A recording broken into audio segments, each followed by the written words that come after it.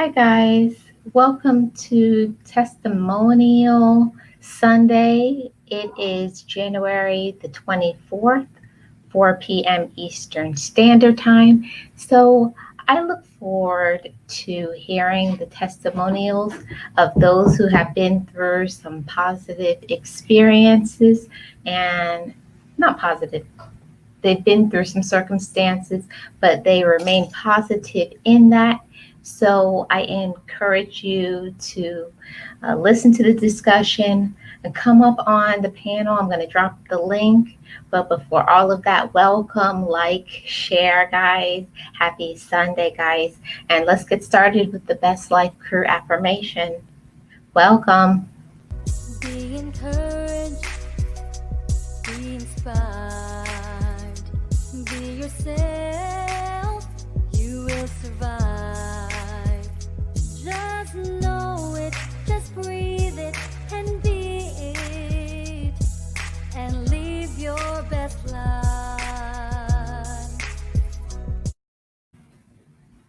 Hi, everybody. Welcome to Testimonial Sunday. I am so excited. Welcome to everybody who's in the chat. I see Boss Life Online and Rochelle, the Bayesian stroke survivor. Welcome, guys. Happy Sunday. I hope you're well and you're ready to get encouraged.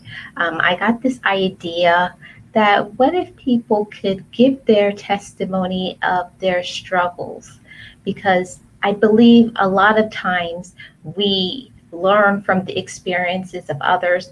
We may think we're going through a lot of things, and then when you hear what somebody else has been through, it kind of makes you pause and think a little bit. Hi, I am content. Welcome. It kind of makes you think. I thought I was going through a lot, but yeah, it gives us room to sit, pause, meditate. I feel it's so important for you to take a moment just to meditate on what you have, what you possess, what you bring to the table, instead of shifting your mind to the negative. Kind of keep your balance, stay in the middle, keep that positive energy, those good vibes. So welcome everybody to the chat. And I am going to get started. I was waiting till the 5-minute mark before I got started with dropping the first link. What I'm going to do, guys, I'm going to drop the invite link. You can come up on the panel. You can share your testimony of something that you've been through. It does not have to be any long drawn out story. That's not what I'm looking for. Just 5 minutes or so. Hi, Bondi. Welcome. Just 5 minutes. Just share something that you've been through that you thought maybe you would never get through, but you got through it on the other side and now you're positive. So welcome everybody who's here. I see Rochelle, Vondi, Rochelle, and Boss Life Online, and I am content. Welcome, guys. So we're almost at the 5-minute mark, so I'm going to drop the invite link to whoever wants to come up first. And you don't have to show your face. You can just do audio if you don't want to be seen. That's good. You know, all people need to do is hear your testimonial about something that you may not have thought that you were going to get through, but you did. So I'm going to drop the link now. We're at the 5-minute mark. So you have 5 minutes. And I'm going to copy this to the clipboard. And I'm going to drop it here in the chat. And whoever is first can come up on the panel. You're welcome to. You got 5 minutes. So let's see who comes up on the panel first. You can choose to show your face. You can choose to just do audio. Hi, Mr. D and Mrs. B's World. Welcome. How are you? So we'll see who is going to come up first on the panel. I just dropped the link So, whoever wants to be first, I welcome you to share your testimonial of something that you have been through in your life, some way that you thought you weren't going to get through a situation in your life, but you did anyways. And I feel it's so encouraging to share this with others because when you do, other people can feel that they're not alone in situations. And I feel so many times we go through problems in our life, but then we feel, when you hear somebody else's story, somebody else's testimony, then you can feel, okay, they got through it. I can too. It's kind of an encouraging part of you. So if nobody wants to go first, I am going to share one of my testimonies. So I have many.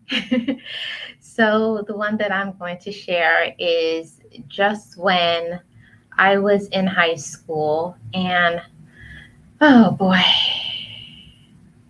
I was in high school. I had an eating disorder. I was very much anorexic. At the time, I was 70 something pounds, maybe 74 pounds. Hi, Zero. Welcome. How are you doing? I was about 74 pounds at the time, 15 years old, I think. I think the normal weight is maybe 120 to 130 pounds. So, yeah, I was severely underweight. But I feel that the reason why I started to have my eating disorder, I think I was looking for attention. I was pleading, to somebody to pay attention. I'm doing great, Zero. Welcome in. I was pleading for somebody, pay attention to me. I'm here. Does anybody see me? Does anybody care? It was really a cry for help. Because I also was suicidal. I also was thinking about taking my life as well. So I was going through a lot of difficulties, but what got me through to the other side is when I looked within myself. I feel that I was always looking for to other people to kind of define who I was, who I was looking for my happiness. And I started looking at the beauty within me. I started to think about who I am. What do I want? What makes me happy? Not who I have in my life, but who I am. And I feel that that is so important for you to be able to know your worth, know that you are worth things, that you can't look to other people to define your happiness. Nobody can make you happy. You hope, you know, to be fortunate enough to have people in your life that will care about you and love you and give you the things that you need. If you have that in your life, that's an additional bonus.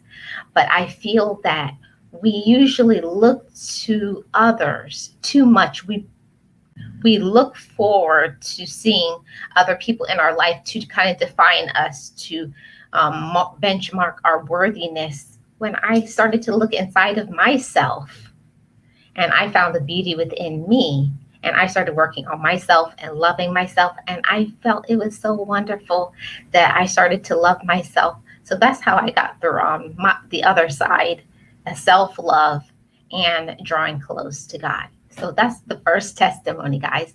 So I see we have Geo. She's here in the background. Hi, Zero. Hi, Rochelle. Hi, Primping and Easy. Welcome. So I'm going to add her to the stream. Oh, hey. Hey. Hey, Marlene and everybody in the chat. How y'all guys doing today? This is a wonderful Sunday. Oh, so you ready for me to talk? Yes, I said, here's Geo. I thought you was going to say something and then, well, anyway, guys.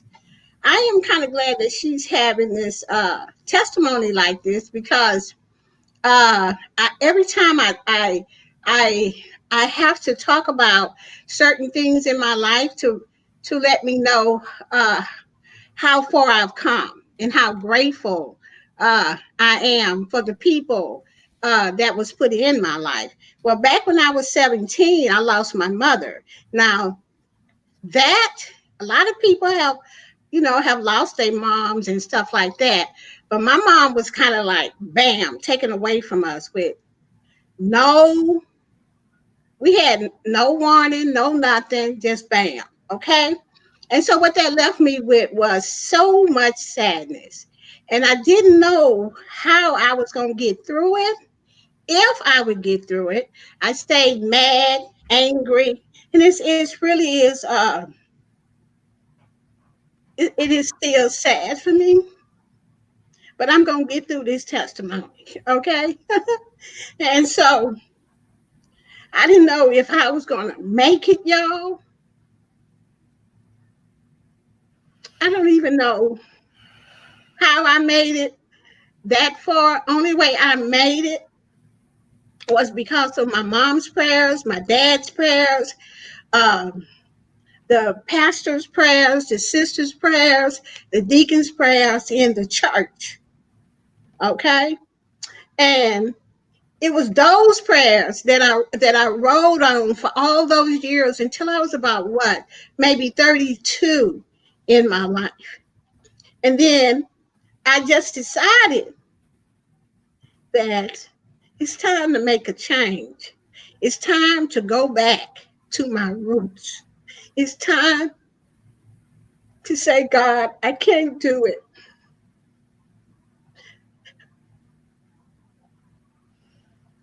by myself. I need help.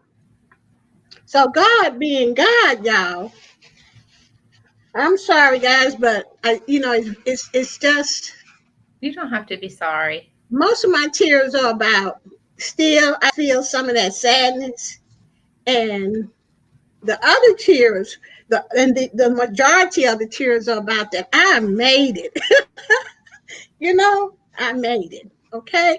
But when I said to God I couldn't do it by myself, that's when he stepped in and he put people in my life. He sent me to a therapist, people in my life that told me about a therapist, that sent me to a therapist, that helped me, that sent me to a group that to let me know that I was not by myself. Okay. So that is how I got through other people. Okay. Through people that God put in my life. I was so open to it and I wanted to make that change to whatever them people told me to do. I just did it. Okay.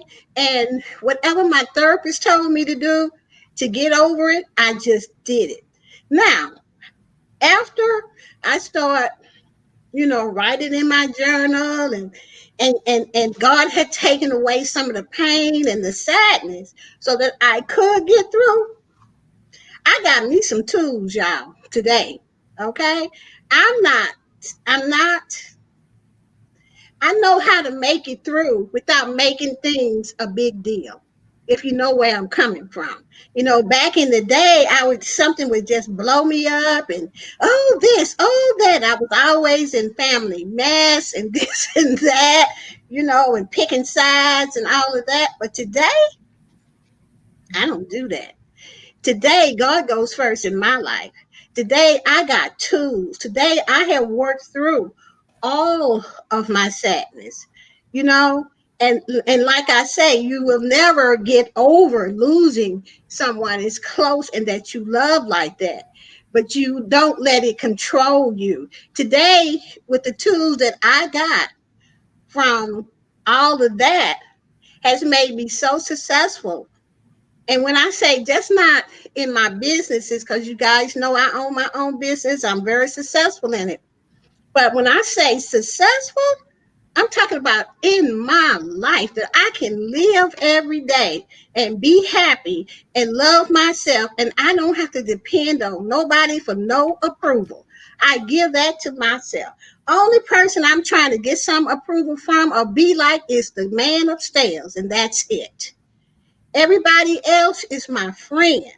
Okay, my family is my family, but nobody was there when I hit rock bottom to pick me up. But what my mom told me, call on the name of Jesus, and that would get you through. So that's my testimony. God got me through. Thank you. Thank Yeah. you, Jill. That's very heartwarming. I love that. Thank you for opening up your heart and sharing that with us. That's really powerful. And you know, I'm proud of you. I'm proud of myself. And I'm proud that I can even sit here and tell people because before this, y'all, I just say, oh, my mama just died. I didn't, it was just on the surface. Everything was just hidden. You would Yeah, never know, you know. But today I can actually talk to her because I had to get through these tears. But, you know, I'm good. right. Yeah, you have to make it through the tears in order to be able to talk about it. Yeah, Yeah. I'm good. Yeah. Well, thanks for sharing your testimony with us. You're welcome. And I'll see you guys in the chat. Bye bye. Okay. Bye. So thanks, Gio, for sharing your testimony with us. I'm going to drop the link if anybody else wants to share their testimony. I just dropped the link again in the chat. You can share your testimony as well. So the next, if nobody else wants to come up on the panel, I have another testimony. I have I have hundreds of testimonies where I've been through situations and I thought that I would never make it. You know, um, it was a time when I was in school. Oh boy, I'm not doing the tears today, okay? But it was a time when I was in school and I was bullied. I mean bullied. I mean bullied. I mean every day I would wake up and I did not want to get up and go to school because I know that what I was going to endure. I know I was going to be talked about because I wasn't the girl who had expensive clothes. I didn't have designer clothes and shoes like other kids, you know.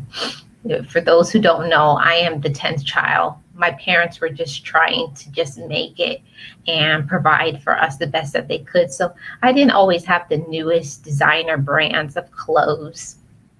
I didn't I didn't have the whatever designer shoes, I guess you could call them. I had bootleg things, you know, that was bought from Kmart or Payless or something like that. But I was always neat and clean, but it was other people who were making me miserable.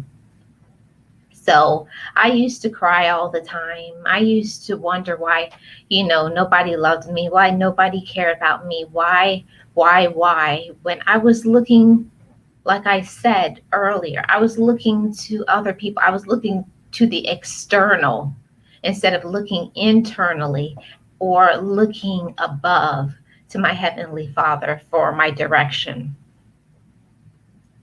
And guys, don't be misled by other people. Other people can make you feel like, other people can make you feel like there's something deficient within yourself, like something's wrong with you, like you have something wrong with you, like there's a problem within you. They may not like your personality, they may not like the way you look, or on the opposite end, they may not like you because of the way you look, because you're a beautiful person and they don't know how to do that. Sometimes people don't know how to give somebody else praise, you know. They don't know how to give other people praise. They don't know how to encourage another person. Most times people cannot give you what they themselves don't possess. You know what I mean? Okay, let me look to the chat here. Vernell says, you're welcome. Even though I caught the tail end of it, it was still good what I heard. Oh, do you mean Boss Life Online, Vernell? Uh, let's see, another thing from Vernell. Ain't easy. I am good because God woke me up this morning and gave me butterflies in my stomach with the new love in my heart. Isn't that incredible? Guys, I feel it's so important every day to practice gratitude. I think that's what a lot of people, these days do not do. And that's when you can go into a downward spiral of unhappiness, sadness, when you are trying to mark your life based on other people. Everybody is not on the same journey in life. Everybody's not going in the same direction. Everybody's doesn't have the same problems. Everybody has different struggles. But everybody, trust me, even people who lie, everybody has struggles and problems. But the point about this Testimonial Sunday, I want to encourage you. I went through that period of time where I was basing my happiness based on my fellow peers in school. I was basing it on how people looked at me. I was basing it on other things instead of looking inside of myself, finding the love within me. But we have to remember that first, God loved us before we were even made, from conception. You were made from conception. So before you were even formed, the Bible says, before you were formed, God loved you. Remind yourself of that, whatever you're going through in your life. Before you were formed, you were loved. If you don't have other people in your life loving you at a moment that is critical when you need love, pull on that strength. Pull on His Holy Spirit to guide you, to strengthen you. Open up your heart to Him and pray. And that's what got me through the situation when I was looking to others to define my happiness instead of pulling from my own source of love, because you got to remember, you were loved. Pull on that love, draw it into yourself, and walk in that love. You are loved. You deserve to get love back. Sometimes we don't always get that love back reciprocated. We don't always get back what we put out. A lot of times we get used. We get used. We get used. We get used. But it's up to us to stop situations, to not be an enabler, to not look to external forces or what other people are doing in their life and measure your worth within somebody else. Never measure your worth in another individual. No, that's their worth. Work on your worth. I'm working on my worth. So, Gio, do you want to come back up? Do you have another testimony to give? Or do you want to remove yourself? I can remove you. I can remove you. I don't know if you want to give another testimony or were you just hanging out? Oh, you said no. Okay. Let me remove you. Okay. Okay. Okay. So I put the link here for if somebody else wants to come back on, or I can share another testimony.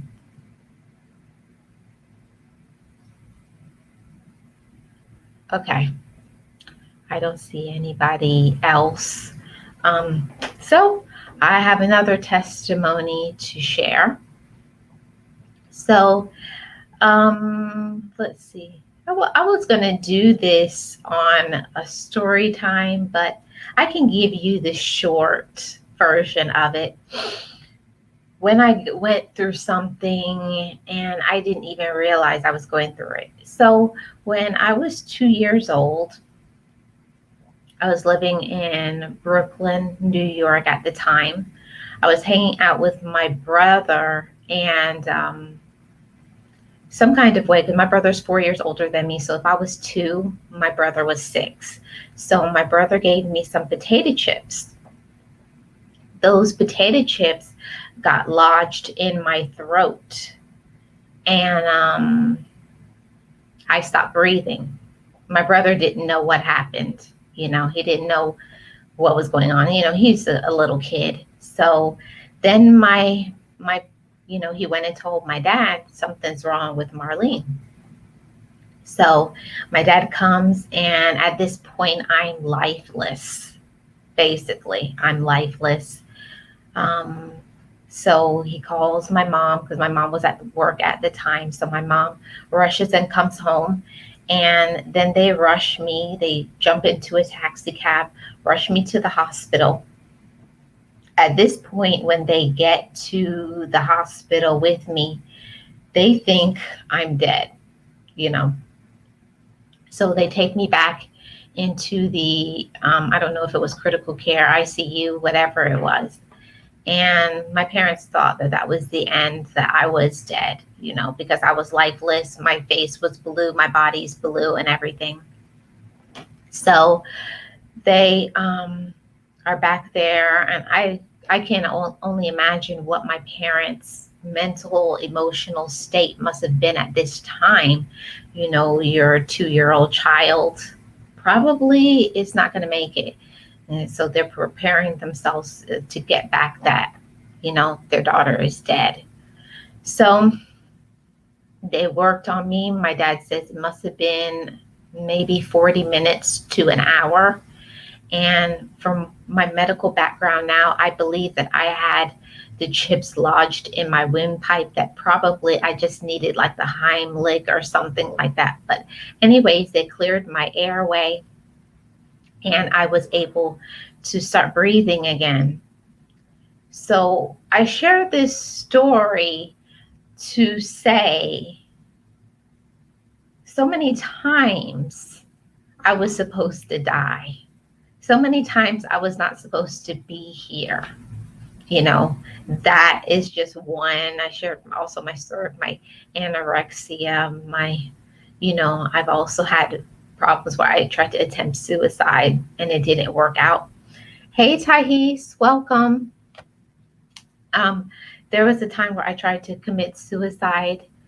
So I share that story with you is because you never know the impact of your life until it's almost taken away from you. So I share this story with you to let you know that don't wait until somebody is on their deathbed to tell them that you love them, to tell them that you appreciate them, to forgive them. It's it's so, wow. When I think about that sometimes, that so many times I was not supposed to be here, but every time God has saved my life. So I'm here for a purpose. You're here for a purpose. We don't even know all the times where God has protected us, has been there for us, that has removed obstacles for us. So use your life in a way to walk within your potential and do what you're supposed to do. Be who you're supposed to be. Don't wait until it's too late. Don't wait till it's too late. Gio, you clicked on the link again. Do you have a testimony to share?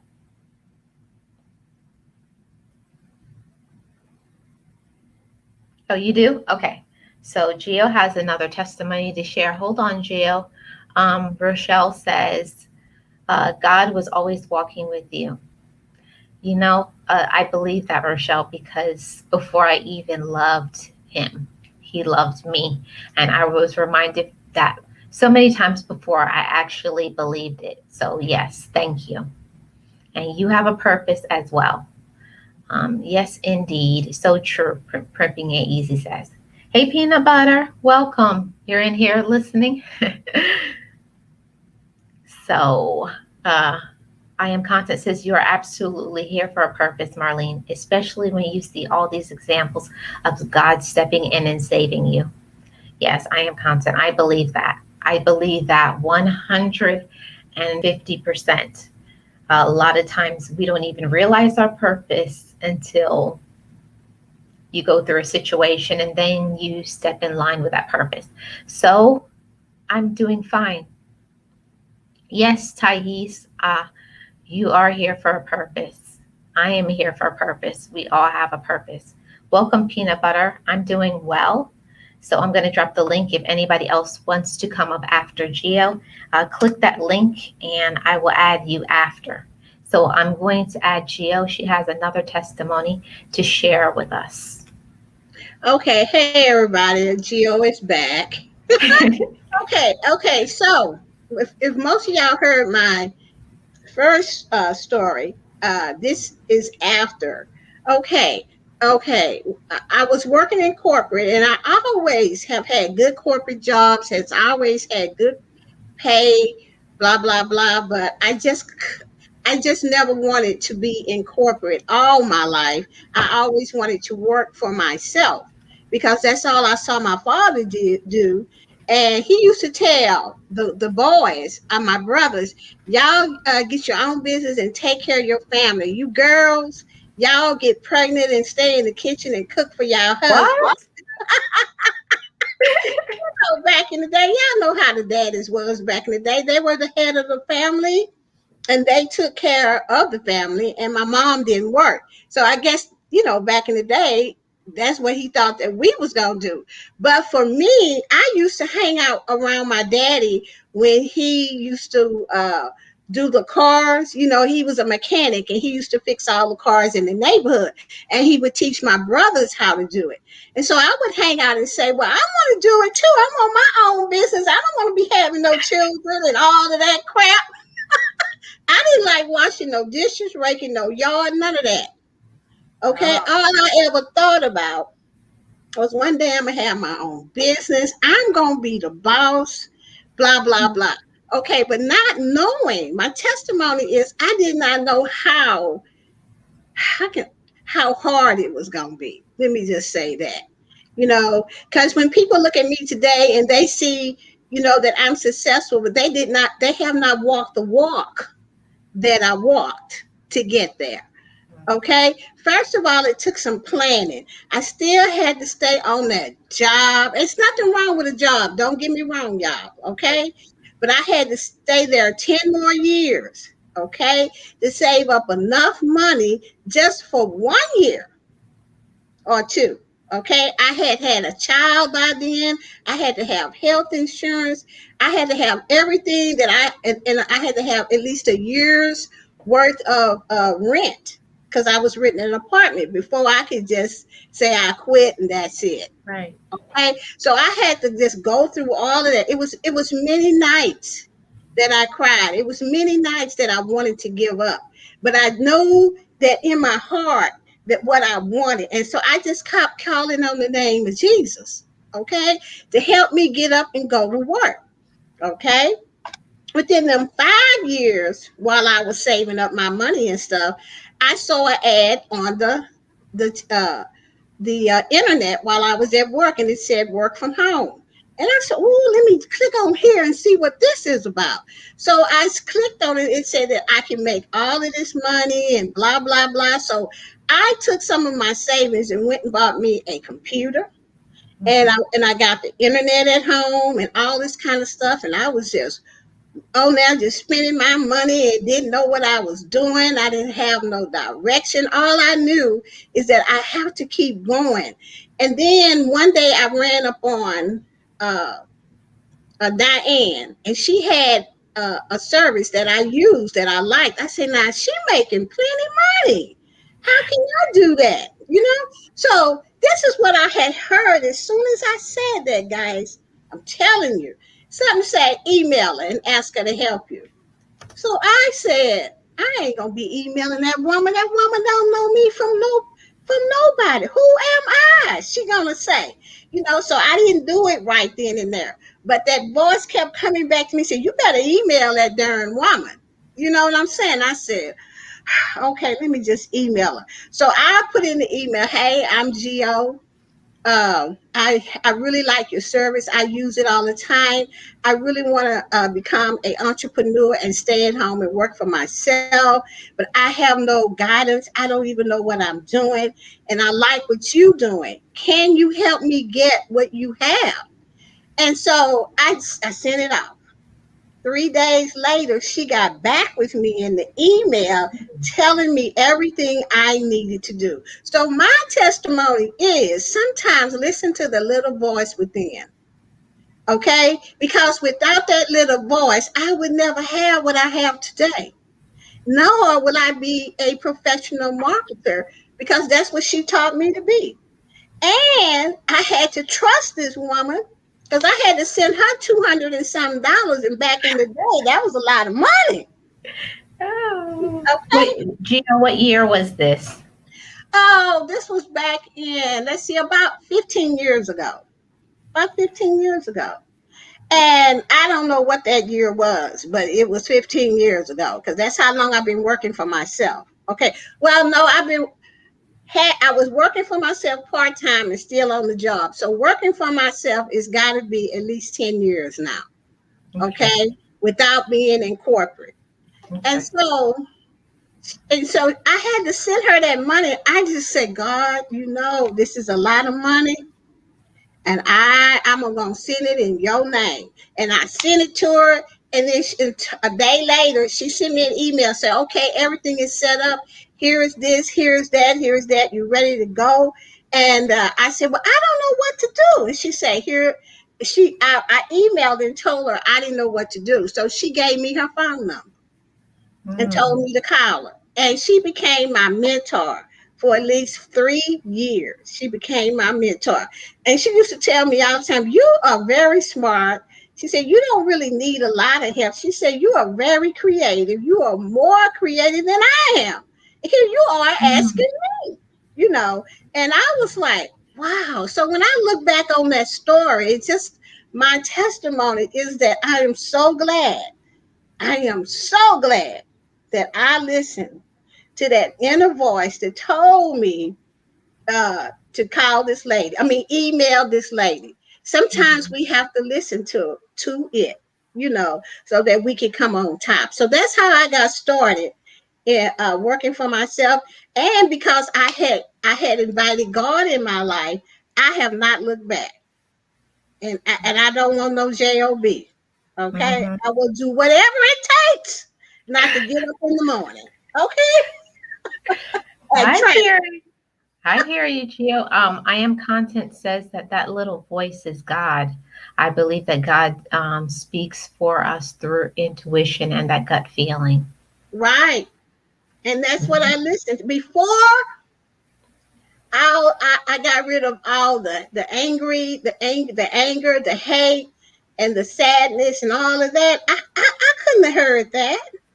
Mhm. No wonder he didn't give it to me when I really wanted it because I couldn't hear. You weren't ready.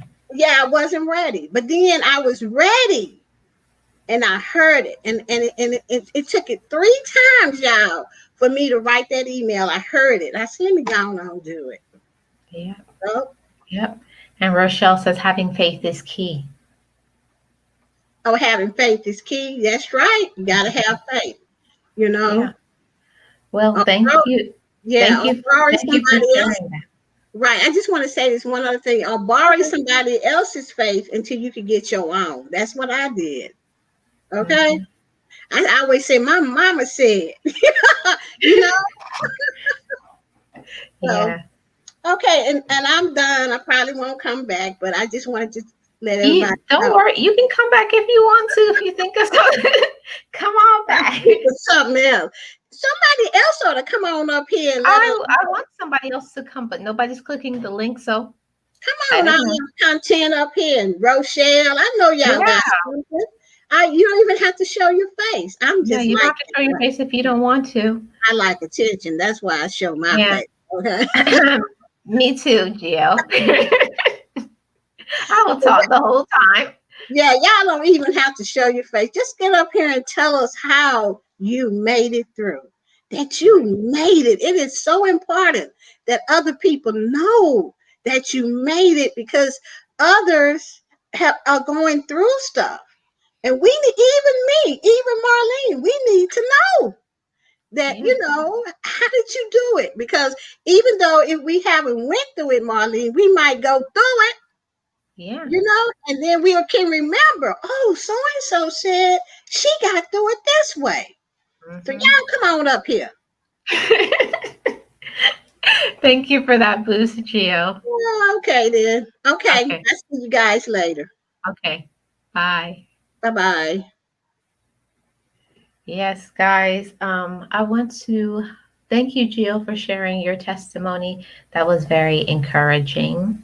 I think it was, yeah, Vernell also says, best life God wanted to hear so you can glorify his name and help other people that have the same struggles as you did. God wanted you to show people that there was a God through you. Amen. You know, that situation that was shared earlier with that I almost where I almost died, where I had an eating disorder, where I almost committed suicide. Yeah, I've been through some stuff, but I'm here, guys, to be there for you. Oh, we have a somebody is in the back. It is Miss Thais Love. We're going to invite her up. I don't know what testimony she's going to share, but she has something that she wants to share with us. So I'm going to wait for her to be ready, but I'm going to wait. Tahisa Love asked Gio, what kind of business do you have? So we'll wait for Gio's response while Miss Thais gets ready. She just needs a moment. And Primping Ain't Easy says, just a little faith is all you need. You know, the Bible says that if you have faith the size of a mustard grain, it's very small. If you've ever seen a mustard seed, if you just plant that seed, the amount that you will get just by having that faith. So increase your faith in God. I don't know if Miss Thais is ready. Um, are you? I'm going to add her to the stream. Oh, Boss Life Online says I have a LMM business. Let me add that to the stream. Boss Life Online says I have a MLM business, YouTube business, in business with my daughter with natural hair care and 3 websites online, Miss Thais. So I'm going to invite Miss Thais Love up to the stream, and she's going to share one of her testimonies. Hey, Miss Thais. Hello, how are you? Good. I can you hear me? I'm I hearing the echo. the echo. Yeah, and so I was busy trying to get rid of that. Um uh do you guys hear it on your end? Do you hear it on your end? I don't hear it. Okay, it's just me. Okay, long as it's just Yeah. me. All right. Hello everyone. Thank you so much for giving me the opportunity to share. I want to thank Miss Geo because uh, she did an awesome job, and thank her for sharing her testimony. Thank you, Marlene, for sharing your testimony as well. Just hearing the testimonies, it made me uh, think of a couple of things. I was listening to you when you were sharing how just one of your near death experiences, and how, you know, because God um, lets you know that you have purpose. He made sure that you are here to share that. Um, I want to share a testimony. I have a couple of them, but um, I just feel like, you live life long enough. Um, you're going to go through some things, and as long as you have Christ in your life, you'll make it through. Okay. But I wanted to uh, talk about um, how it was for me when I first started uh, my life coaching practice. I started my life coaching practice back in 2008. I was going through a divorce at the time um, from my children's father, and that divorce took 6.5 years to complete until we got it uh, to the point where we stopped arguing in court. When my children's father decided that he no longer wanted to be married or a father, he just up and left. I Mm. was currently an at-home mom at the time, and I had decided to be at home. Um, my children's father had encouraged me to be at home. At the time, I had 5 children. My youngest was 18 months old at the time, and I had my grandmother was living with me, and my grandmother was suffering from stage 1 dementia, and she had um, been a colon cancer survivor as well. And so I was her primary caregiver, and um, started and was an at-home mom with the 5 children. Took care of the house and the family and everything. My children's father, he's an attorney, and he was, working, and his salary was enough, so we thought, to take care of all of us. And so I could be home and take care of the kids, as well as taking care of my grandmother um, with her dementia. And so he decided to leave one day. It was on a Sunday. Me and the 5 children were at church, and we came back home and found that he had moved out. He didn't say anything. He didn't, we had no foreknowledge or anything. So, Um, can I and interrupt you so for a I sec? was Can I interrupt you for a second? Was sure. this after were you divorced already, or you were going through the divorce? I was going through the divorce. Okay. I was going through the divorce. In fact, I hadn't even, yeah, I had filed for divorce. We were in the divorce proceedings, Okay. which took 6.5 years Mm. to before the divorce became final. But this was we had filed for divorce in 2006, and I had started my life coaching practice January of 2008. Sure. I was still going through the divorce. Wow. Yeah, still. And so he had left. Um, I didn't have any money. This was 2005 that he had left. Um, I'm sorry. And when he left, he took all of the money that, we had with him. I was there in the house with 5 children and an elderly grandmother at the time. And uh, once he didn't even tell me where he was or anything. He just left. And um,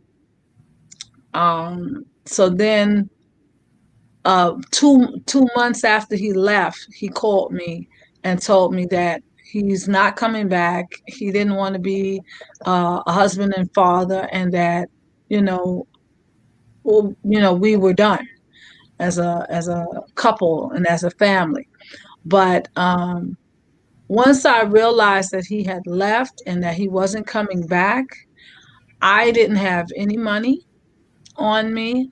And I had to figure out what to do for food and, how to feed the 5 kids and my grandmother and all of that. Um, my grandmother, I was power of attorney over her account. And so when she would get her monthly check, I would use some of that to make sure we have food in the house and, um, things of that nature. I had found out that my light bill was past due and that Con Edison was coming soon to turn my electricity off. Um, it was winter time. Um, and I was low on oil. My home was heated by oil. I hadn't converted to the gas burner yet. And so we were low on oil, and I didn't have much money to buy any more oil. And so I was worried. I didn't know what to do, but I knew I had to do something fast. Um, I would go to church. I went to church and told my pastor at the time what had happened, that my children's father had gone, and that at the time that I told him, I didn't know where he was, so I said he was missing. He just left, and the pastor, he um, had said to me, well, the church will try to help you as best we can. And so I had gotten the benevolent offering, and that helped me buy oil so I can continue to heat my home. But that brought me through from uh, October to November and from November to December. Um, Once December came, I needed I needed to either pay for some more oil or figure out some kind of way to stay warm. That year, the winter wasn't that cold, but I was in that house with my grandmother, and I'm like, Lord, I need you to do something. Uh, I had prayed and asked the Lord to help us to stay warm, because I didn't want any of us to get, catch cold and get sick and all of that. And the Lord did that. He actually did that. I had gotten some money together to my. I bought with some of the money my grandmother gave me. I had bought electric heaters, and I had an electric heater, um, portable one, and I put it in each of the rooms that uh, we were in. So my grandmother had an electric heater in her room, keep her warm. I had an electric heater in my room, and I had one more extra electric heater to put in the one of the boys' rooms. But so that we can all stay warm, I had the boys, you know, um, stay in the room with me so that we can keep the heat in one room. And that's how we kept warm that winter. That's December of 2005. Okay. Then 2006, I, you know, filed for um, divorce, and I wound up having to go into the shelter because I didn't have any more money. And the church was helping us out, but I didn't want to tax the church too much. Um, so I went on into the shelter just to make sure that, I had something to provide for my children and keep a roof over our heads as well. Also, um, I didn't want to get in trouble with ACS for neglect of the children. I had found out that my children's father filed had filed a ACS case against me because he knew I was sitting in the house with no electricity, um, little or no heat, um, and that uh, the children, would be subject to, um, you know, catch cold or whatever. So he spitefully called the ACS on me. And so to avoid getting in trouble with them and have my children taken away, I went to the shelter. I was in the shelter for 6.5 months. And September 2006, um, I was able to return back home to my home. The court had awarded me residency in my own house, even though my home was marital property. And so, being that the divorce was still going on, we still had to decide who was going to get the house and stuff like that. But I'm back in my house now. I'm getting child support and spousal support, and um, I was living off of that, was still not working. Um, around not around maybe October of 2006, I went and uh, took some money and paid for a class at the Learning Annex, and that class was training so that I could get my life coaching certification. And Thais, I can I ask you how long was that program? that program was 10 weeks.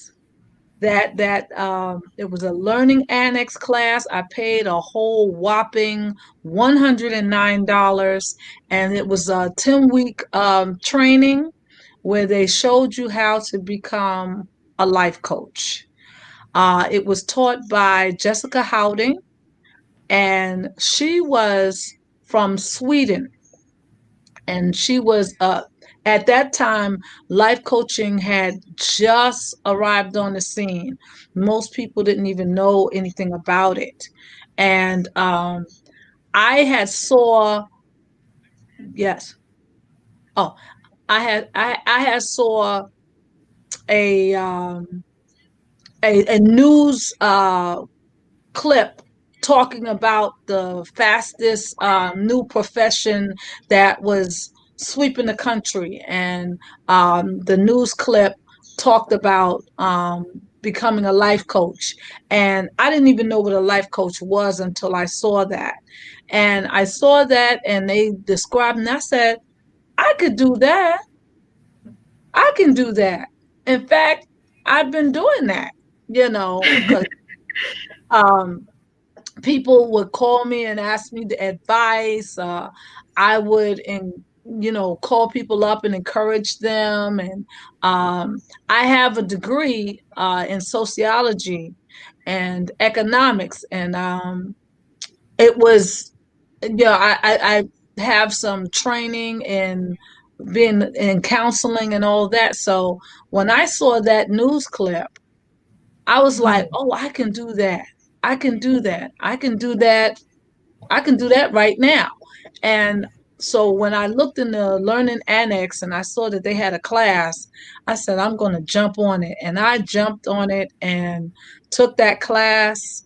And I learned, I got my certificate at the time. And I began to put together um, a business plan so that I could have my own life coaching practice. I'm still, there with the children. By this time, my grandmother unfortunately had passed away. She before just backtracking a little bit, in December, before I went to the shelter, my grandmother had taken ill. She was a colon cancer survivor of 20 years, and she started feeling sick. She knew that the cancer had come back, and so she instructed me to take her to the doctor so she can get diagnosed. And sure enough, the doctor said, yeah, the cancer has come back and there's nothing they could do for her. So she instructed me to take her to the nursing home so that she can live out her last days there. And then I went to the shelter. So, Wow. and my grandmother, I visited her at the nursing home and everything, and she wound up um, um, passing away June of 2006. I was able to, you know, uh, bury her and all of that kind of stuff, you know, while I was still in the shelter. Wow. But one of the last things that she said to me was, Thais, whatever you do, make sure you don't lose my house. The house that I own and everything came from my grandmother and my grandfather. So that's what she was trying to tell me. Don't don't lose the house. She knew that me and my children's father were going through a divorce and everything, but she was like, look, you're gonna be fine, but just don't lose my house. But so now we were in October of 2006. I took the Learning Annex class. I finished the class in November of 2006, and I start to put together a business plan so I can have my life coaching practice. So I started doing that, and um, literally started working um, from my home. Mhm. And I set up in my living room. I realized I had to buy a few things. So I would take some of the money that I got from spousal support, and I invested in buying a computer with a webcam at the time.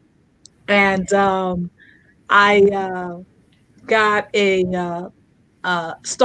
had AOL for my email, right? And back then, AOL had an instant messaging service um, called AIM, AIM account. So I got that came along with your AOL account. So I had gotten the AIM account, and when you have an AIM account, you get an additional email, but you also get a phone number that you can make calls and receive calls on over the internet.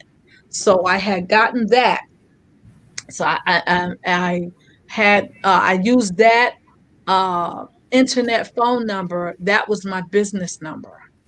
Okay, and I began to set up my business. I made my business cards. Uh, I printed it out on the printer that I had bought. I bought a computer. I bought a printer. Um, I printed out my own business cards, my own stationery. I had my whole office right there in my living room. Okay, and now we're at um, we're now at December 2006. I had all of those things in place, um, and I could do all of that, but uh, I've soon discovered that I needed a website, and I didn't know anything about websites. I knew how to use the computer. I knew how to, my email and all that. I have my telephone number, that yeah, I can make calls from and get email from, but I needed a website. I didn't know anything about it. So I spoke to a friend of mine that introduced me to a dear friend, Oscar, Oscar Hall. Oscar he's a systems analyst. He knew how to build a computer up from scratch. He could build a computer for you in your shoebox. I mean, that's how good he was. And he sat down and taught me literally how to build a website from scratch. It took me several months to figure it out, but he was real patient with me, and he taught me everything that I know today about computers, networking, computer networking, um, uh, websites, all of that. And back then, having a website wasn't like it is today, where you could just, sign up on, someplace like GoDaddy or something, and manipulate the Wix. Also, just manipulate the different templates that they have laid out for you. It's not like that. Back then, you literally had to build each page and connect the pages and put the contents on the pages and stuff like that. And he taught me, and I had built my website. Thais, can I interrupt you and ask you how much did he charge you for this? He didn't charge me a dime. What? He didn't charge me a dime. What he did was he had just gotten through a divorce himself. Oh my And goodness. he didn't have access or custody to his son and his daughter. His ex-wife took the children away from him, and so he was depressed. So in exchange for showing me about the computer, he was my very first life coaching client. Oh, so you swap services. So sure. So yeah, he allowed me to coach him. I practice on him even. Um, and he's now a very successful entrepreneur, businessman, running his own computer business, his computer repair business, and he's doing really, really well. Um, so he, I was able to coach him, do life coaching for him, even do business coaching for him. He knew how to do yeah. So he was able to, you know, teach me about computers and all of that, and I was able to uh, practice all my fresh life coaching skills and everything on him. And he gave me a lot of feedback in terms of, you know, how, how things sounded, because back then most people didn't know anything about life coaching. And so you had to educate them first before you could even coach them. And so he helped me out with his feedback with that. And then I was ready. 2000 December 2007. I got my business license, and January 8th, 2008, I had launched my life coaching business. And I love it. I was doing conferences and getting clients and all of that, but it wasn't easy. It was it was difficult because I mean the life coaching part was the easy part, you know. Um I took the training, I kind of was familiar with it and everything once they told me that that's what it was called, life coaching. But the computer stuff, I had no idea of what, how I could do that, but I needed that for my business. And, the Lord sent Oscar to help me with that. And that, learning computers and all of that, that really bolstered my confidence. Um, and I was able to literally, launch a business from home, a brand new business at that. And my children, they just they just looked at me like, "What is mom doing?" And being that I had to work from home, there were times when I had to tell the children, "Look, I used to do the life coaching over the internet with my webcam at the time, um, not knowing that all these years later, I would go right back to that, Yes. something else. But yeah, I would do it from my living room. And I would have to tell the children, you can't come in the living room, you can't watch TV in the living room between the hours of 10 and 7, 10 a.m. to 7. And I'm like, you can't bother mommy. Mommy is at work. And my children were smaller. So they're like, well, how are you at work when we're looking at you and you're in the living room? And I had to explain to them, mommy's working from home.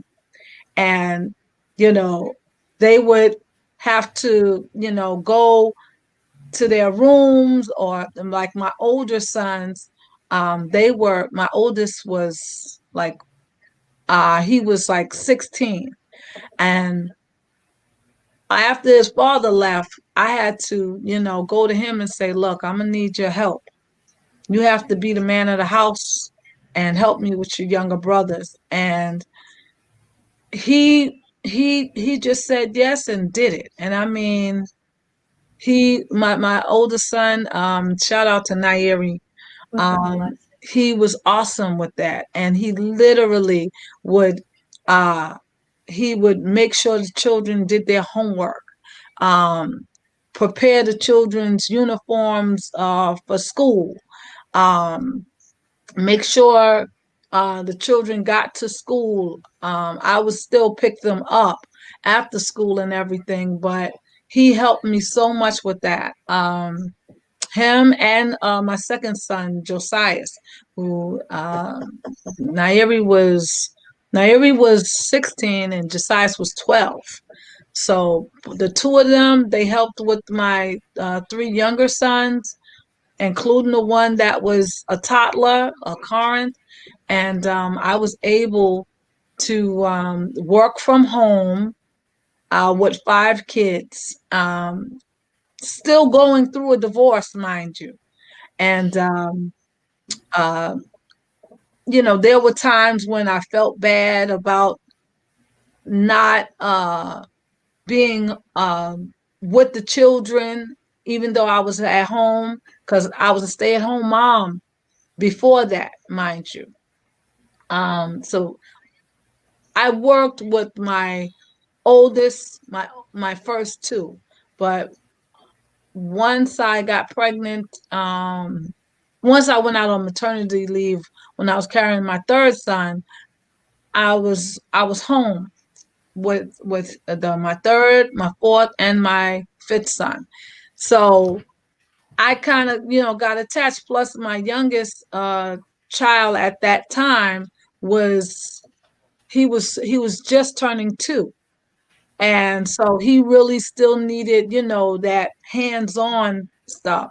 And but because I was working from home, my older sons had to help and be there for him during the day, during my work hours.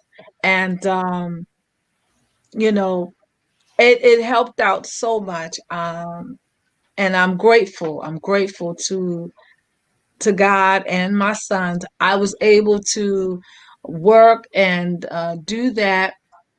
And I literally uh I would see clients over the through my webcam. I would also meet them face to face, and that's how I got payment um, from them. And from that, uh, I wound up, one of my clients hired me to work with her. At she was a director for a senior center at NYCHA here in New York, and um, I started working with NYCHA, and as I was working with NYCHA, I kind of put my life coaching business to the side. I went from doing that full time to doing that part time to doing that very, very, very part time to almost none at all. And I worked for NYCHA for 7 years, and then I worked with the Department of Aging for 2 years, and then the pandemic happened. And just before I got laid off from the job as a director with the Department of Aging, a month before I got laid off, the Lord told me, you need to go find your EIN number and find your business paperwork from your life coaching practice.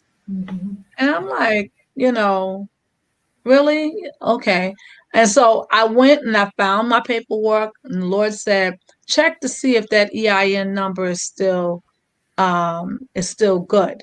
Um, Otherwise, upgrade it and refresh it.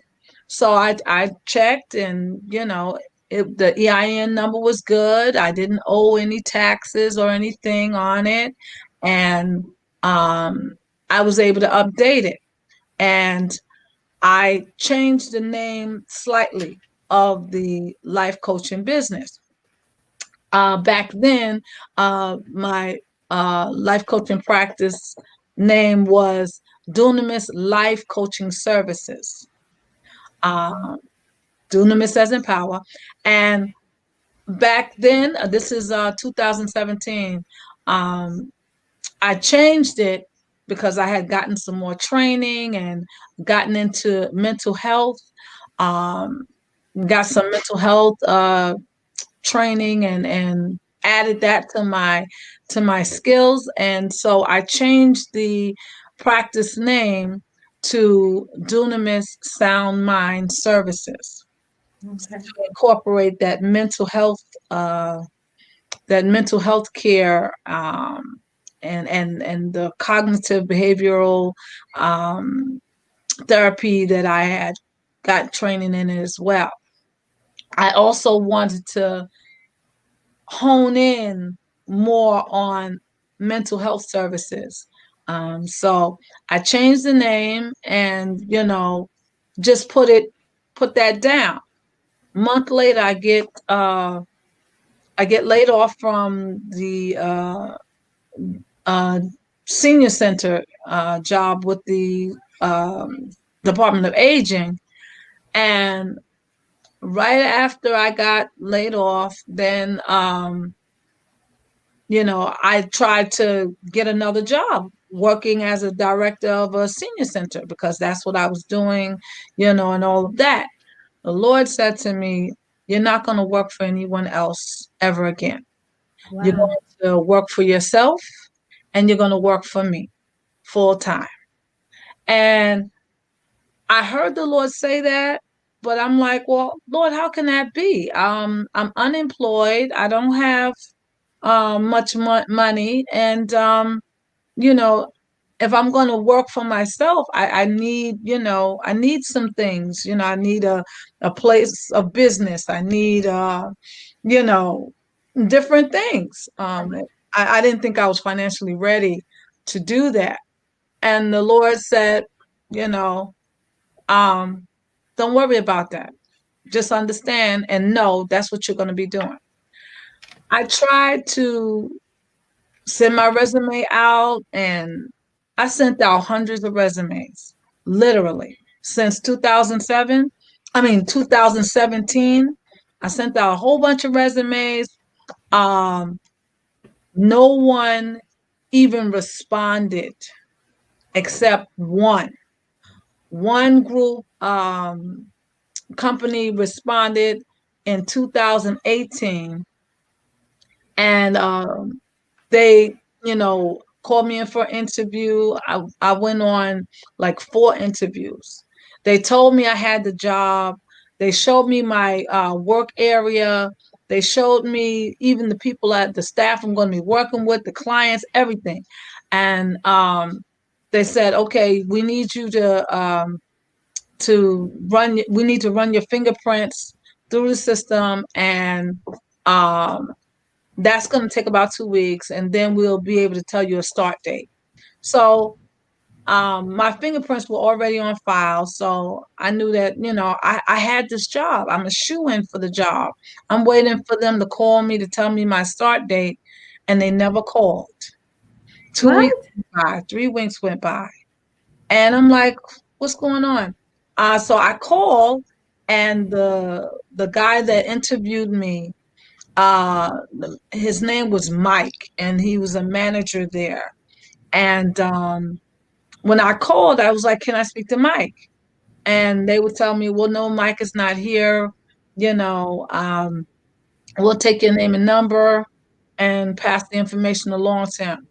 He'll call you back. He'll call you back." I kept calling, and then finally, after the third call, someone told me, "Oh, Mike doesn't work here any longer. He got transferred to another office." And I said, "Well, I was I'm supposed to start working there. Um, you know, I was there. I had four interviews. I'm waiting for a start date." And the person told me, "Oh well, we don't know anything about that. Mike didn't tell us anything about that. We have a new manager and all new staff, and none of us know anything about what you're talking about. We don't even know you."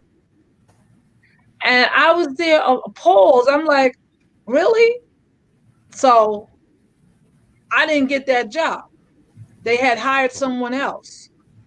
So, but the Lord said to me after that, "Didn't I tell you you're not going to work for anybody else? Didn't I tell you that?" Mhm. So I meant that. That was in 2018.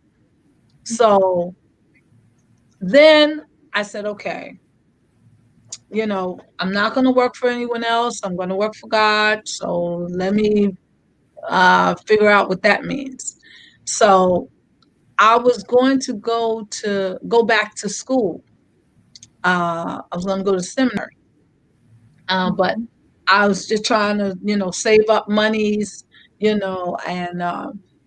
do different jobs. I am a chaplain and everything. So I figured, well, maybe I can, do some funerals and some weddings and stuff like that, and I can get some money together, and then I can go back to school, go to seminary. And so that's what I was doing. And then the pandemic hit, and Okay. that's when April. The Lord said to me last year, April. He said, uh, start that, relaunch that life coaching practice. Relaunch it right now. Now, now, now, now. That's the way he said it. And he was on me. God was just like, every day, he kept saying, launch it now, launch it now, launch it now, launch it now. So I was like, well, Lord, I don't have office space. I don't have, I don't have, I'm thinking, I don't have what it takes to start a business. Plus, we're smack in the middle of a pandemic. And the Lord said, you don't have to worry about office space. You're doing it virtually. You're going to work from home. Do it now. Get it together. And that's what I did. And I already had a laptop, and I found that I had everything that I needed. The only thing I had to do was start it. So I got my business Facebook page, and I got a website, a new one, and June June of last year I relaunched, and Wow. I really, Congratulations. it was just something, yeah, and the Lord told me the need is great, and so you're going to be busy, and once I launched, the Lord was right. The Lord was right. And so now I do this full time. Well, I work for myself and God. Hmm. And shortly after that, I discovered that I love vlogging. I knew Oh, nothing about vlogging before July last year. Knew nothing about it. If someone had told me that I would be doing this sort of thing, I would have told them you're crazy. But I'm doing it. I love it, and this is something added to um, my mental health and wellness coaching practice. And I started out with on Cece's Kitchen channel, and then I started going live. I'm currently uh, putting together my channel, and now I'm here with you, having wow. a ball, having a ball. So thank you so much. Thank you so much for letting me share. Um, but I don't know where I would be if, like Geo, if I didn't listen to that voice. And that voice wasn't a little voice. That voice, the Lord was screaming on me last year. He was Mhm. like, do it now, now, now. So I know all too well. But also, you know, um, God knows what's best. And like you said during your presentation, we all have a purpose. And I personally believe that everything that happens to you in life, it has something to do with your purpose. It either prepares you for your Yes. purpose, it makes you aware of your purpose, or you work in it, and that's your purpose. But I think God doesn't make any mistakes, and He doesn't allow things to happen to you just by happenstance. We may not understand everything that happens to us and why it happens to us, but at the time, but God knows. And all of those things, I think, help shape us and mold us into who we are. So, but Yes. yeah, Thank so you. listening to Gio talk about, what it took for her to start her business and whatnot, it just made me smile and remember, because Yeah. the whole time I'm thinking, I can't do this, I can't do this, and I found out, oh yes, I can. Yes, I can. And like when I first started my life coaching practice, I started it in desperation and the need to take care of my family and Mhm. to be financially independent. So I felt like I didn't really have any other option, you know. But Yeah. Well, God is well, great. yes, God is good. So thank you, Thais, for sharing your testimony. We have all enjoyed it, Thank and you. you're an Thank you. encouragement and inspiration. So keep going. Thank you. And thank you for having me. Yes, Um, I I'm loving this Sunday talks. I love it. It's very, very encouraging and inspirational. thank you. I've been on it ever since you first sent out a invite to me. I think Okay. that's been about 3 weeks ago, maybe a Oh, month ago. And so I tune on because I enjoy, and it's just encouraging and inspiring. So you keep up the good work. thank you. I appreciate it. Yes. Thanks, Yeah. Thais, and I can't wait to have you back on the program. Yeah. Thank you. Thank you. I'm so excited. Yes. So thank you, So excited. Thais. Yes. So we had wonderful testimonies today, didn't we? We had Jill sharing her testimony. I shared my testimony. Thais shared her testimony. And I just wanted to post a link that we could have one more person share their testimony. I don't know why. I feel like there's one more person um, that has a testimony to share. I don't know. Because I have something telling me that there's one more person that has something to say to encourage somebody. So thanks, Thais. I mean, amazing. Amazing. It's amazing sometimes if you look at the things that somebody else has been through. I think sometimes we get so wrapped up in ourselves, this is what I'm going through. This is, me, my life, and this is happening. But sometimes we need to look at the example of others to encourage us as well, even in your hard times, even in your difficulty, even in your stress. You can be a source of encouragement, inspiration, empowerment, love, light, motivation, positivity. But it's about what you do with your life. You know, we can use challenges in our life to make changes. That's one of my favorite quotes. Use your challenges to make changes. So you have the possibility by your attitude, by your outlook, by your positive vibes, you can encourage somebody, you can inspire somebody. You know, don't be bitter, don't be angry. Show people who you are and be a remarkable man or a woman. Be a remarkable man or woman that has something to do, something to give. Don't worry about how it looks. I feel like a lot of times we are so scared, to step outside of the box and try something new, like Thais did, like Boss Life Online, like I did. It's not easy to step out on faith. It's not easy to become an entrepreneur. It's not easy to believe that you can do something. But trust me, trust me, trust me, trust me.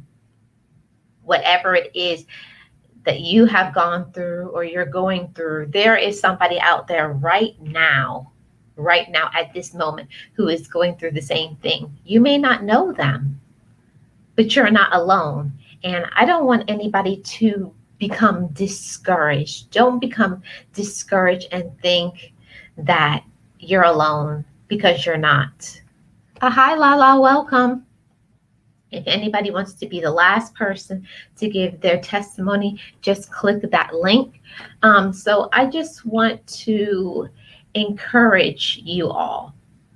I feel in what we're going through right now with being in the middle of this pandemic, that we can kind of get, wrapped up in that we have so many changes in our life, so many things that we're going through, that we can always focus on me, me, me, me, me.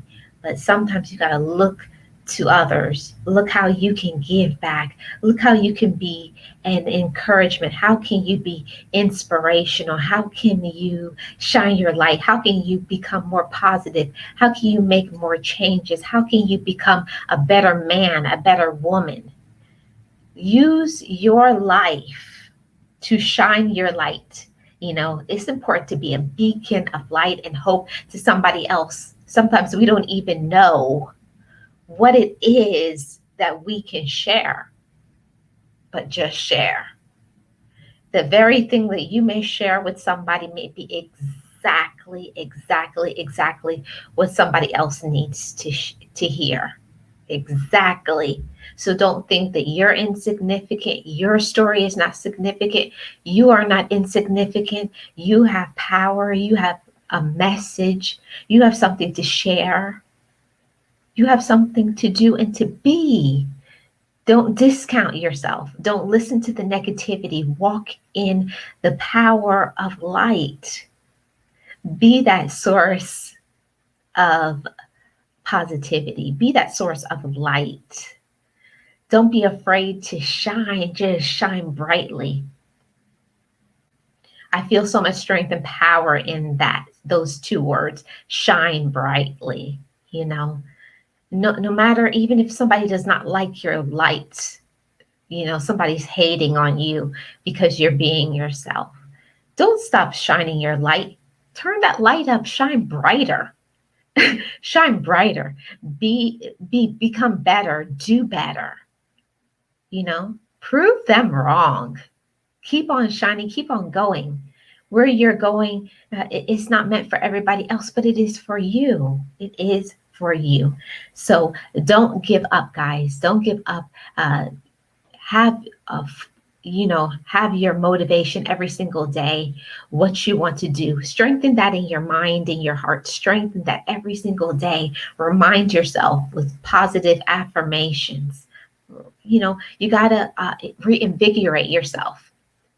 This life that we live today is so full of negativity, hate, bitterness, fighting, sometimes for no reason. And then, especially if you're dealing with some kind of health problem, financial crisis, you don't need all of that extra. So, what it is in your life that you can control, what it is in your life that you can do and be, you are in charge of what you think. The mind has so much power. Use the power of your mind to shine brightly, to radiate, to send out good vibes to other people, even if they don't want to give it back to you. Be a source of light. Let's see what's going on in the chat. Boss Life Online says, yes, you are not alone. And that's something that goes through me too. There are others who understand what you are going through. It is so important to share so you can help others. I agree with that, Boss Life Online. It's so important to share your story. Your story has power and meaning to somebody else. The Sugar Love says, true, so true. Vernell is saying, you are the light bulb socket. You have just turned on the switch to connect to the store, which is God. God is the light through you. Amen, Vernell. Amen. I agree with that wholeheartedly. Taihi says, so true. There are people who are watching right now that are being inspired. Thank you for now. I received that. That's why I feel like it's so important to whoever you are, whatever problem, whatever difficulty, whatever situation that you're going through, you're not alone. You are not alone. You have meaning. You matter. So if nobody is out there telling you, I am telling you, you matter. You're important. You have something to give. You have something to be. You are able to receive all the love that you want, because remember, first, you are a source of love. You are a source of love, and that radiates from above. You were loved, so you can be loved. And don't let anybody tell you any different, even if people discount your love, your light source, your power, your strength, your beauty. You still possess it, even if other people don't believe it. You don't need anybody to believe in your source of power and your light. You just go out and shine. Just go out and shine, be, become, move, shake, do, and be. And that's all that matters. That's all that matters.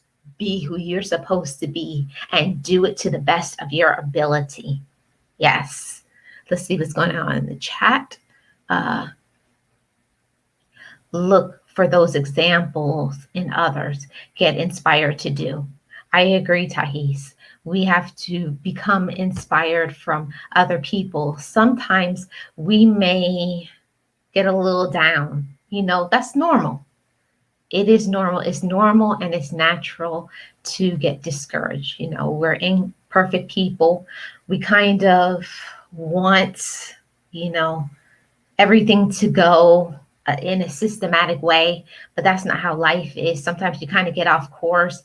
Sometimes you fall out with people. People hurt your feelings. You hurt people's feelings. It goes both ways. But don't forget to show yourself love. Be in tune with yourself. Take care of yourself.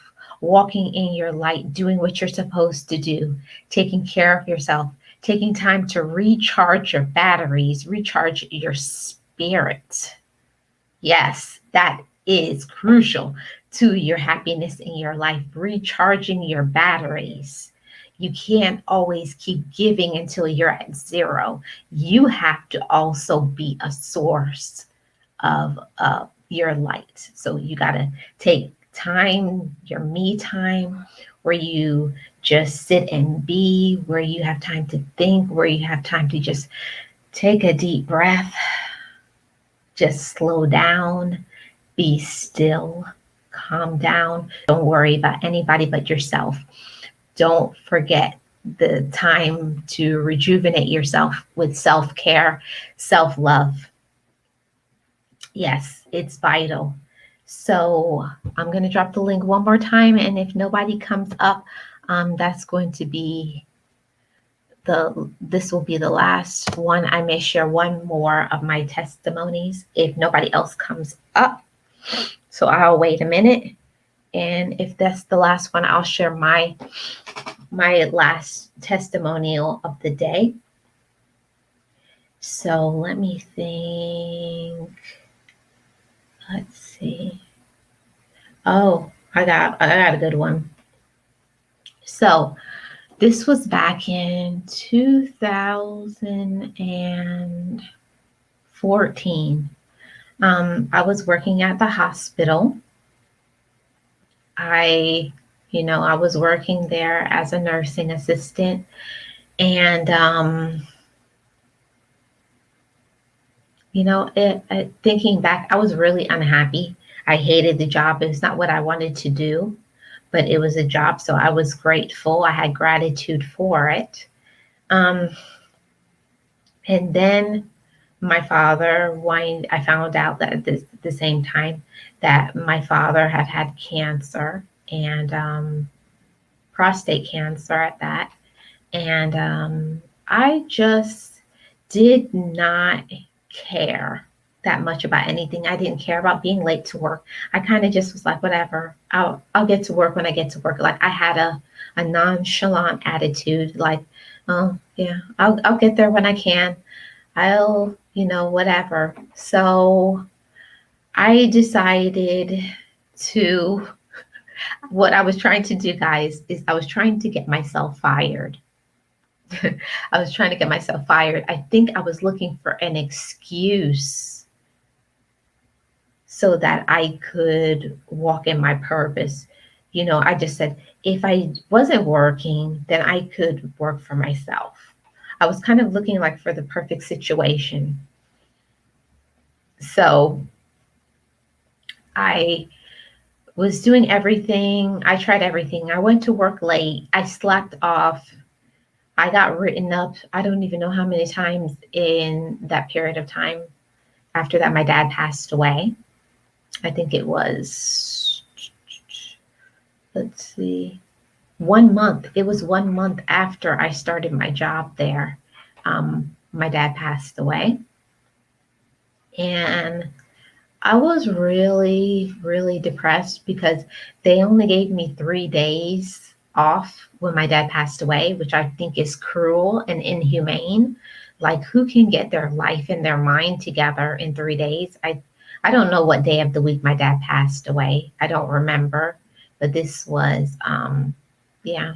So they expected me to go back to work, which I did reluctantly. I went back to work, and I'm working in the back and I'm doing my work. I don't even know what I was doing. I was inputting things into the computer, and something just told me, you need to put in your 2 week notice.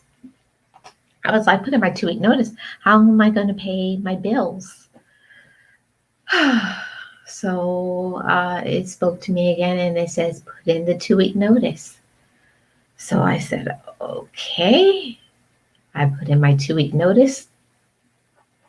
And the day after I put in my 2 week notice, I got a letter from a company that was doing working from home, not working from home, I'm like home health. So it would give me more freedom to make my own schedule, to do what I wanted to. So I said that to reiterate why it's important when you feel you're not where you want to be. Set yourself up. I'm not telling you go and quit your job, but don't be unhappy. Life is too short. I was really miserable. I hated the job. I needed time to grieve. So just like I said in one of my doses of positivity that I just posted Monday past, if you do not have the situation that you want in your life, create it. Restructure the course of your life. Remember, you're in the driver's seat of your life. If your life is not going the way that you want it to, whose fault is that? Change it. Become. You can reconfigure anything that you want to do. You have the choice. A lot of times we don't think that we have choices in how our life is going, but you do. You have the choice to be happy. You have the choice to change things around if you want to. You can choose also to be miserable, to stay and be unhappy, or you can make a change, put in the hard work, and do what it takes to be happy. And that's exactly what I did. And that's why I am here today, because I no longer work for anybody. Right now, I'm working for myself. I am much happier, much, much happier. I mean, 10,000 times happier, because nobody tells me what to do. If I decide I want to stay in bed, if I want to sleep in until 11 o'clock, that's what I do.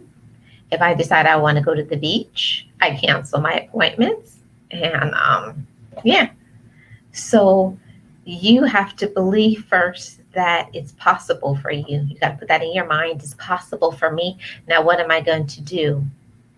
Get clear about your focus. Get clear about what you want to do, who you want to become.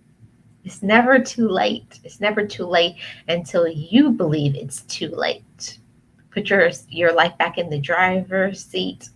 You're in the driver's seat of your life. You have potential within you. You can rechange your focus. You can become anything that you want.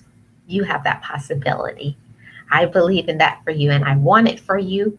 So I just want to encourage everybody that was here. I hope all of these stories from Gio, from myself, from Thais has inspired you, has encouraged you, has motivated you to remind yourself, I'm not alone. So the next time that you're going through a situation and you feel frustrated, you feel nobody is there for you, remind yourself of this: I am not alone.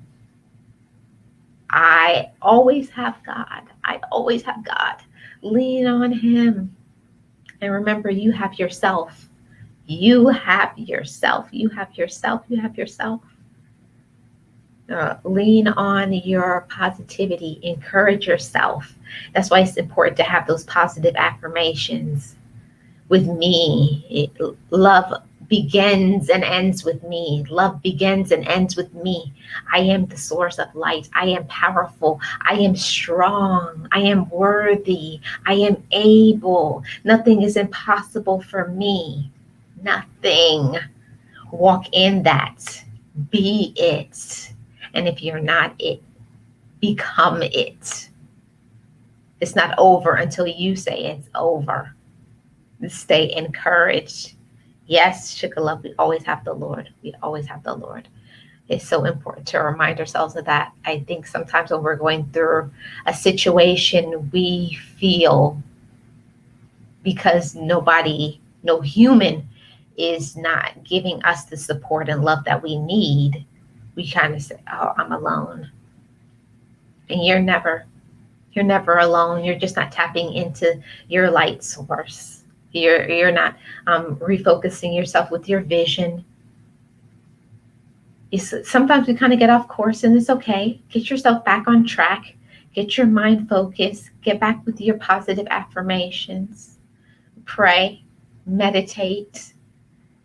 Sometimes you just need to disconnect for a day or two, rejuvenate your spirit, do something that makes you smile, makes you feel good, and then you'll get right back on track. Sometimes we're always doing too much for other people and nothing for ourselves. Are you guilty of that? I know I was. I used to be that all the time, showing up for everybody but myself. You have the possibility to end that cycle. End that cycle. Give yourself time by yourself to refocus in on your mind and your spirit. Everything is like a battery. Remember, you're like a battery. All batteries need to be recharged. All sources of light need power so that you can shine brighter and brighter. So you got to take your time. You got to get your sleep. You got to remember to eat properly, drink your water, take time to deep breathe, meditate, encourage your spirit, read your positive affirmations. If you are a person of faith, pray, spend time with people that you love, do things that you love. If you always do what is in line with your focus in your life, you will never feel like you're working. I can do this forever without feeling drained because I'm walking in line with my purpose. Now, I think sometimes we just feel that we have to settle for things in our life for other people. You don't have to settle. You can have everything that you want. You can have everything you want if you believe that. It's up to us if we believe it. Some people do not believe that you can have everything you want, but you can. The abundance is possible, but it starts up here in your mind. You got to have the abundant thinking to have an abundant life. And abundance is not always financial. Abundance is in the freedom of your spirit, the freedom of your spirit to be free, that I don't have a hatred in my heart, that I am a source of light, that I'm walking within my talents and my gifts. That brings you joy and unlimited happiness, that nobody can block you, nobody can stop you from what you're supposed to do. So I hope that everyone in the chat today got some encouragement, and those who are watching on the replay, thank you so much for watching this whole video. Drop down in the comments what you were encouraged by in today's Testimonial Sunday. And I thank Thais and Boss Life Online and Thais, Boss Life Online, and myself. We all gave our testimonies, and in each and every one of them, I hope there was something that you found to be an encouraging source. So stay encouraged. You're not alone. You have the power within you. You're a source of light. Stay encouraged, everybody. And those who have not joined my channel membership, hit that join button right now. I'm going to be doing a special live stream in order to tell you guys about my membership, and that will be coming up. So look for that. Join channel membership today if you have not already. I would love to have you as a part of the Best Life crew. We have live member only live streams where we talk about different subjects that I would never put on public. It's a private member only live stream. So you got to be a member in order to partake in those live streams. So thanks everybody who is here. I appreciate you all. I hope you were encouraged, inspired. You got something from it that you can remember that you're a source of light and power. Keep on accomplishing goals. Keep being the best you. Every day become a better form of yourself. It's possible. It's possible. Nothing is impossible for you guys. So know it, breathe it, and be it. And I can't wait for next week, guys. Next week, I'm going to put up a video tomorrow talking about it. But next week, I am not going to be doing a Sunday Talks live stream. It's going to be a premiere, and it's going to be an interview with Rochelle, the Bayesian stroke survivor. So make sure you come in at 4 p.m. Eastern Standard Time to listen to this wonderful inspirational story of Rochelle, the Bayesian stroke survivor. It's going to be wonderful. I've listened to it 3 times since we recorded it, and I've gotten so much from it, and I'm sure you will too. So be here on time. It's going to start at 4 p.m. Eastern Standard Time next week, Sunday, and I know you're going to love it. And if you have not joined Rochelle's channel already, go ahead and join her channel. Watch some of her videos. Give her some watch time until she is able to come back and record with us. So thanks, everybody. Thanks, Rochelle.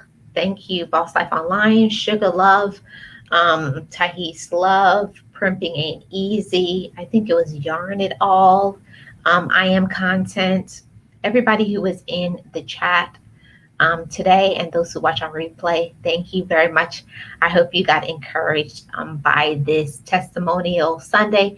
And if you guys would like me to do another Testimonial Sunday, maybe this is something that I'm going to incorporate like once a month. We'll do a Testimonial Sunday besides having a guest. So join me next week, Sunday, while I will be premiering the Bayesian Stroke Survivor, our discussion. So thank you so much. Take care, Primping. Thank you, Boss Life Online, and everybody in the chat. Have a great day, guys. I'm going to play the my channel commercial, and then I'm going to go to the Best Life Crew affirmation, and it will be ended. So I appreciate all of you guys. Have a wonderful day. Stay encouraged, inspired, and be the best version of you. Be the best version of you, everybody. Bye-bye, guys.